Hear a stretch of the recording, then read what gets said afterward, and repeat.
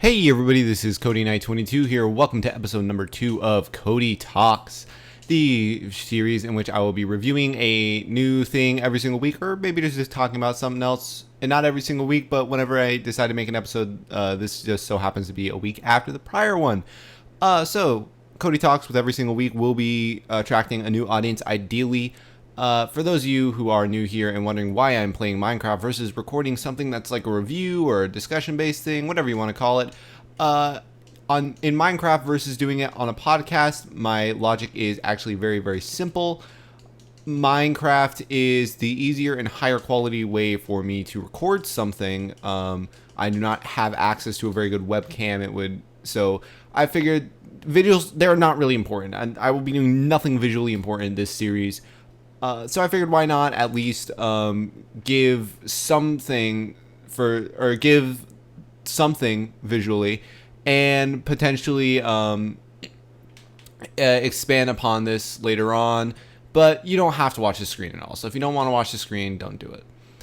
But as always, I will be discussing something new every single week. And this week, I'm going to be discussing the show on FX, the new show, The Strain. So, brief summary before I carry on with this. The Strain is a high-concept thriller that tells the story of Dr. Ephraim Goodweather, the head of the Center for Disease Control Canary Team in New York City. He and his team are called upon to investigate a mysterious viral outbreak with the hallmarks of an ancient and evil strain of vampirism. As the strain spreads, F and his team and an assembly of everyday New Yorkers wage war for the fate of humanity itself. So The Strain was a show that sounded really cool, but the main reason that I did start watching it was because it really does help. Make a case for your show when you can say, "Oh yeah, by the way, Guillermo del Toro is the one working on this." It was obviously just fantastic. Writer, producer, director. I believe officially Guillermo del Toro is credited on this show for executive producer, creator, and director. He also did write. He at least co-wrote the pilot. What an incredible first season of the show. I'd like to start this off by saying that the pilot was one of my favorite pilots that I've ever seen.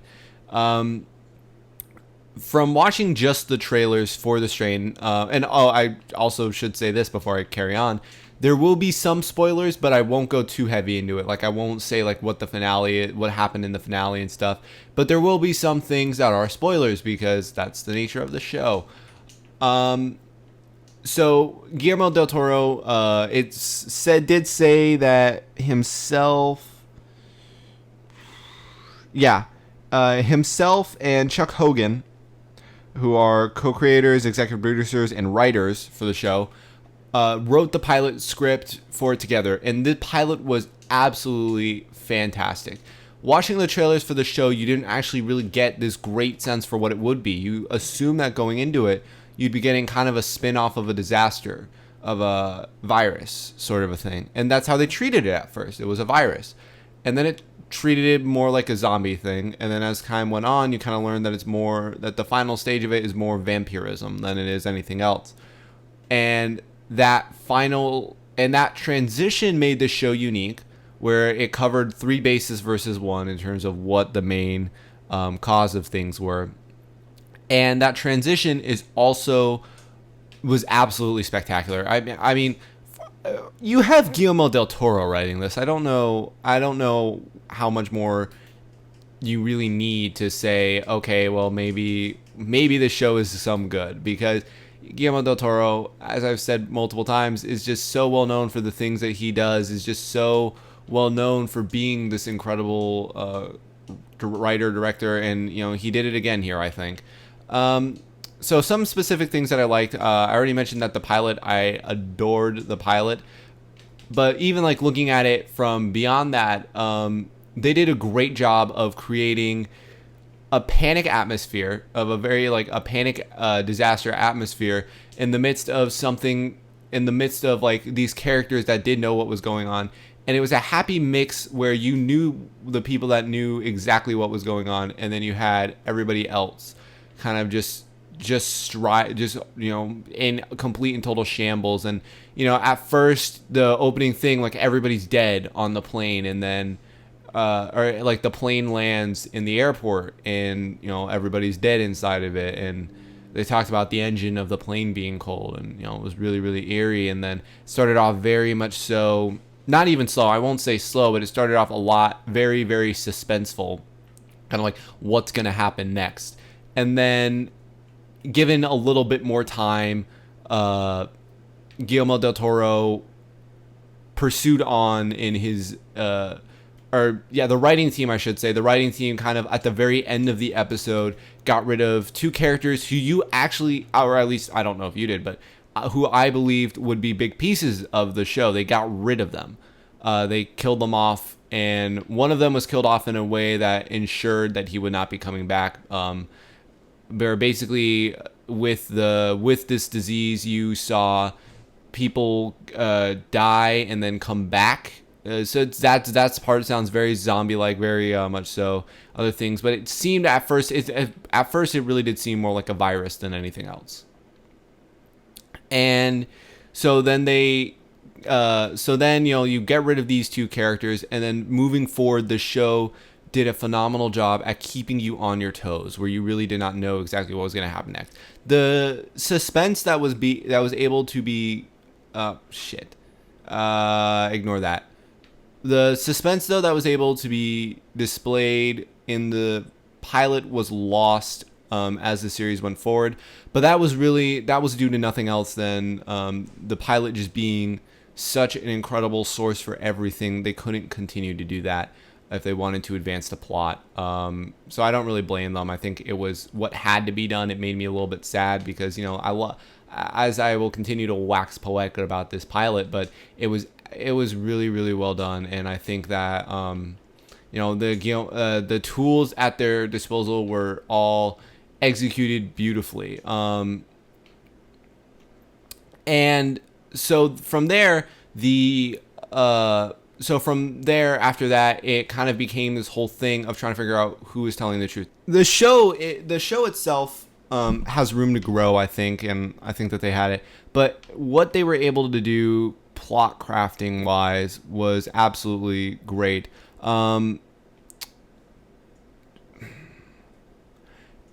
As I've said before, they have really done a marvelous job of displaying the ability to kind of change up what you think they're going to do. It kept you on your toes very, very well. The suspense was kind of lost, but then the guessing games began. But they also were able to regain some of that suspense in future episodes when they introduced actually a new group entirely, a group that we actually still really don't know about. It was a group of these vampires, for lack of a better term. I don't actually like calling these guys vampires, because to me that doesn't do justice to what these things actually are. But you meet these group and they just wear these black hoods, and they just came in and they just mercilessly killed anything and everything that seemed or had been turned or seemed like they were going to turn. They just did it, and they didn't ask questions. They didn't do anything else. It was just, okay, you've been infected with the worm. You gotta go. And that really brought in kind of the what is happening next, like this suspense feeling that was had before. And we still don't know a ton about them. I mean, it is the finale, and it kind of is a minor, weird way to spoil something. But it was very, very interesting to me. You also had, with this show, something else that they did remarkably well, I think, was that the villains were done well, where it was villains with very good... It wasn't like one of these things. They didn't try to give villains any more meaning than these guys are assholes. They didn't try to give them anything more than that. And that's nice. Sometimes people are just bad because they're bad. And I like that was the case here. Obviously, the Turn people, you felt It was very, very similar to zombies. If you feel like anything kind of like on the zombies, like, oh, well, we have to kill them because they're not themselves anymore. It's kind of like that idea, but you feel awful that how many people die to become this, to form up this large group. And as time moved on in the show, they really got to work with killing off characters. I think one of the this is kind of a spoiler, so if you haven't watched the show, obviously turn it off. But one of the people that you definitely assume was going to be a main character, part of F's team, was Jim, and he got infected, and the rat catcher, whose name is Vasily, came up and he just shot him. He just took him out. Because the rat catcher had already, Vasily, I should say, and stop referring to him as a rat catcher, but he had already seen people that he cared about turned. It was really, really well done to me. I think that, just keeping, once again, this whole keeping you on your toes aspect, this whole psychological, we're ahead of you. I love the fact that the writers felt like they were ahead of you, because they should be. They're the ones creating the show. They absolutely should know what they're doing when you don't know what they're doing. And to me, makes everything all the more worth it. But I think that, the whole concept of this show is really kind of freaky, and it plays mind games. It maybe is not for the faint of heart, but I highly recommend it to a lot of people. It's just such a well-done show on so many levels. But there is one area that fell a little bit more flat in comparison. That was main characters. Now, the main characters are hard to pick out in this show. You had several people that actually appear in every single episode, which is 13 right now, at least make a cameo. You had Gus, Zach, Kelly, Gabriel, Thomas, Eldritch, Vasily, Nora, Abraham, and F make an appearance in every single episode. But to me, the main characters are, on the good side of things, F, Nora, and Abraham. And then from there, you have the main villains, who are Thomas and Eldritch.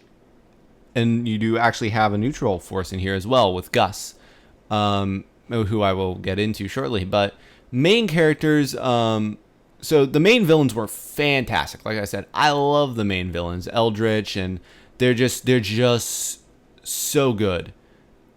So well done on so many levels. And then you also have, the main heroes. You have F, you have F, Abraham, and Nora. Now, Abraham was my favorite character, one of my favorite characters. It's hard to pick between. I can't put him above some other people, but it's hard to pick between him and Eldritch. They were my two favorite characters, though, or they're tied. They're up there. And my favorite character is actually Gus. I love Gus. I love the way that they did him. And so Abraham.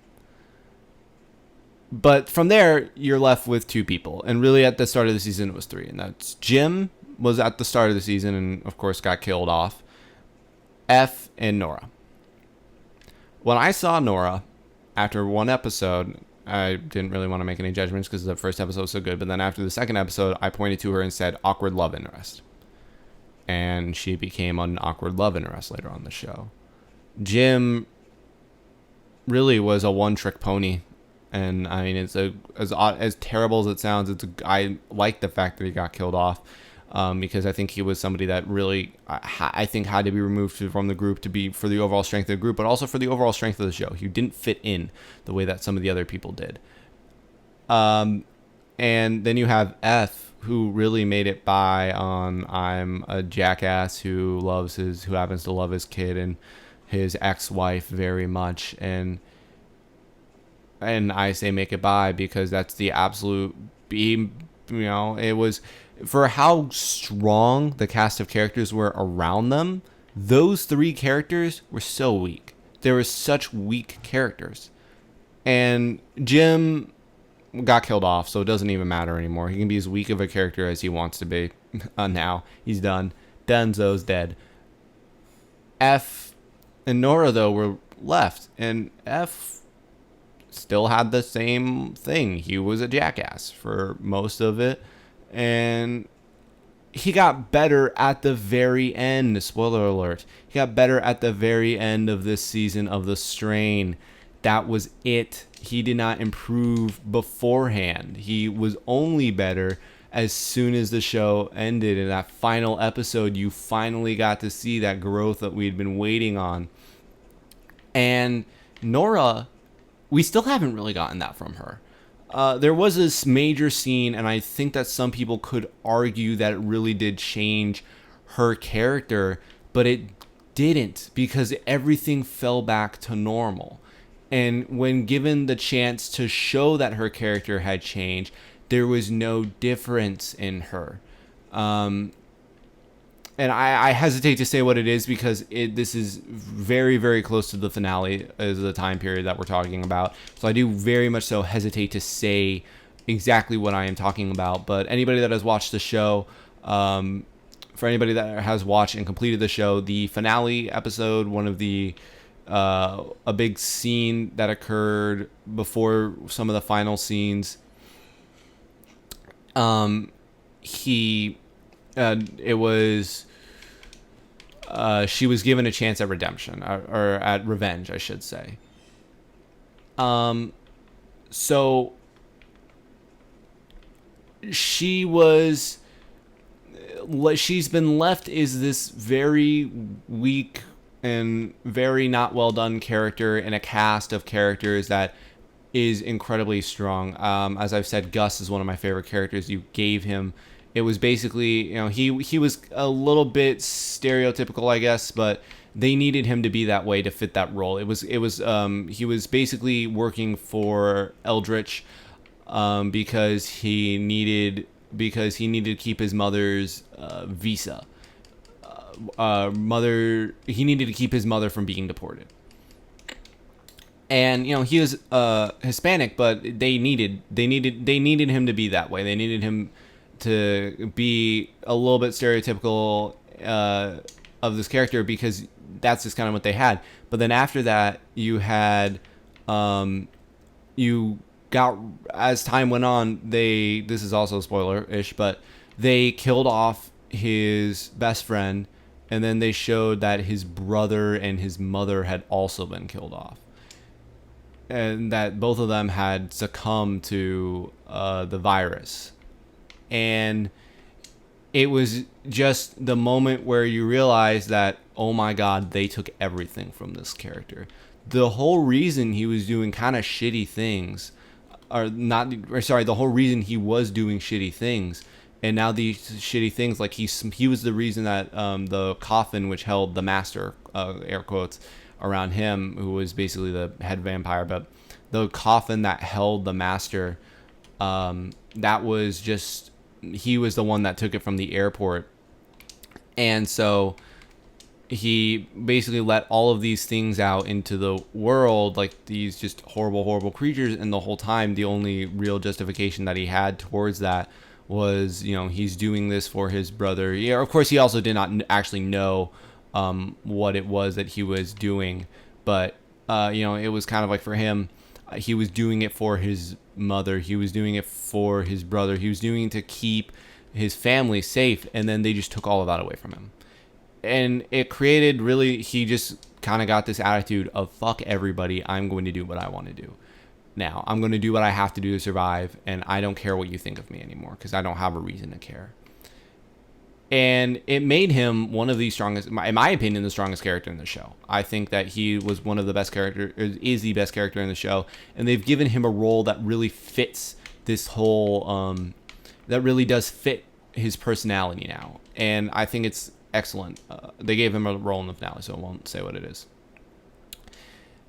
But then you have Nora and F. And F at the very end finally showed that this is a character that has actually evolved. And in the meantime, we're still sitting here. We're still watching Nora. And we're still getting this same character that is not the world's most interesting to watch, and that I honestly could do without. I can completely do without her being a character in the show.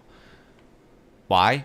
Well, so far the most that she's contributed was bringing her mother along to the group, which was problematic, and being an awkward love interest, which was and is problematic.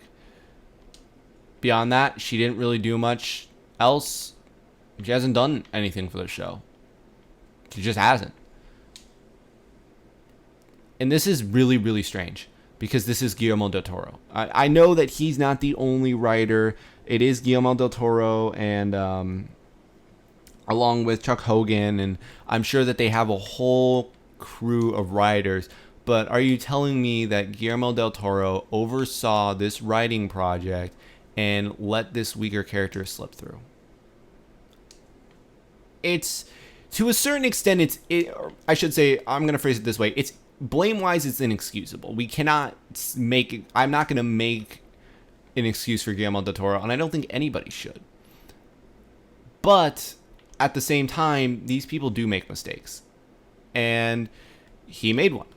Quite frankly, he did make one. And I just think that, honestly, that needs to be cleaned up going into next season. Hopefully, please let there be a second season. Because if they do it, because if that didn't happen, then I wouldn't have anything to be here and bitch about and make a show off of. But the show is so well done. It's high up on my recommendations list because it will keep you guessing, especially it's not horror in the standpoint of like, you're having, it's not like horror like this suspense horror thing and stuff. It's not, and I wouldn't really say it's a slasher. It's kind of horror in the same way that like a Resident Evil would be a horror, or no, not a Resident Evil. Underworld, there we go. And the way that Underworld would be considered a horror movie. And it's if you haven't watched it yet and you see this, just know that it's one of the shows it's a show that I recommend some of the most, I think, right now to people because, of some of the one season shows, it's not at the top of my list because The Leftovers exist. But for a show in its first season, incredibly well done. You expect nothing less from Guillermo del Toro. If anything, you expect a lot more out of him. But he has a lot of time to work with, a fantastic universe to work with, and I so hope that this returns for a second season and we continue to see this. And as of right now, it appears that it has been confirmed for it because the advertisements, of course, was showing coming season 2 coming 2015.